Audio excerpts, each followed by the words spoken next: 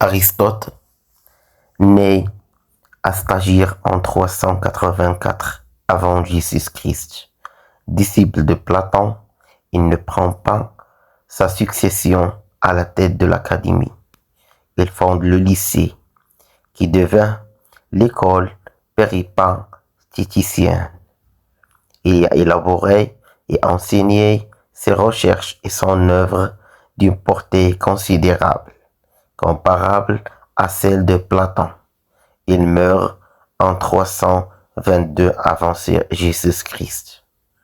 Aristote est un disciple original de l'Académie. C'est en 367 qu'Aristote vient à Athènes et entre à l'Académie.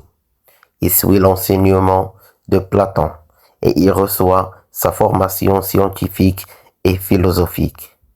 À la mort de Platon, en 348 avant Jésus-Christ, Aristote quitte Athènes et s'établit à Assos pour y diriger une école rivale de l'Académie.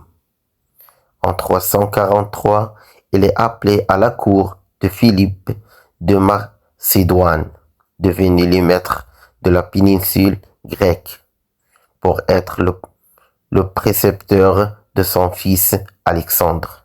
Aristote reste à la cour de Macédoine jusqu'au départ d'Alexandre pour son expédition en Asie.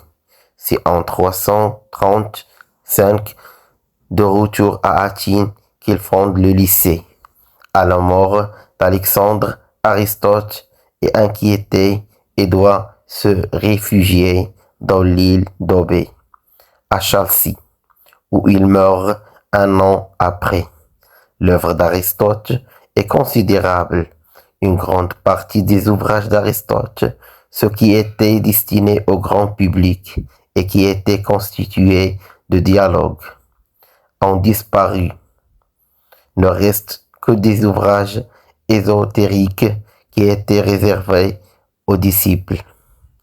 Pour Platon, la science suppose une rupture complète avec la connaissance sensible. Mais cette rupture pose une difficulté. Comment les idées, ces réalités vraies, ne visibles ni sensibles, peuvent-elles avoir un effet sur le monde visible?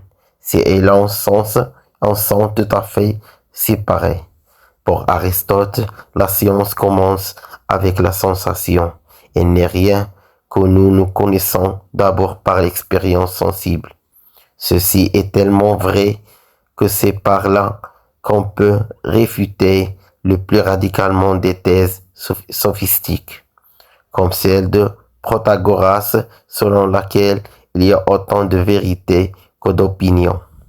Car en ce qui concerne cette dernière thèse, si les désaccords sont en effet sans fin sur ce qui est beau ou laid, juste ou injuste, grand ou petit, amer ou doux, et ne porte que sur des attributs qui qualifient des êtres, mais non sur l'existence de ces êtres, sur ce que Aristote appelle des substances que je connais et distingue par la sensation. Une substance est le support d'attributs divers, de l'ordre de la qualité et de la quantité et de la relation, du lieu et du temps.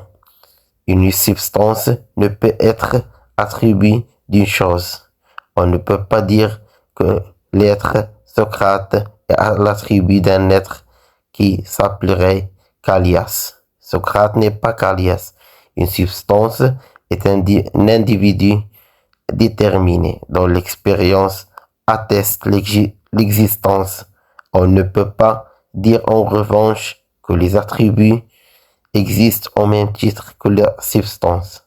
Il est donc absurde de dire comme Platon que le beau, le grand, le juste, qui sont des qualités attribuables à des substances, existent en elles-mêmes telles des substances. cet homme-ci existe.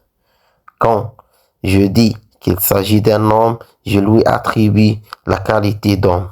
Mais peut-on dire que l'homme en général, que l'idée d'homme existe comme une substance? L'universel n'est pas substance, dit Aristote.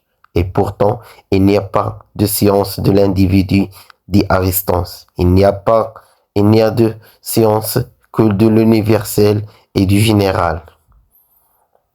Est-ce que dire que la science ne porte pas sur des choses qui existent si seuls les individus existent? La science de la nature est la théorie des 4 causes. Les sciences portent sur des genres différents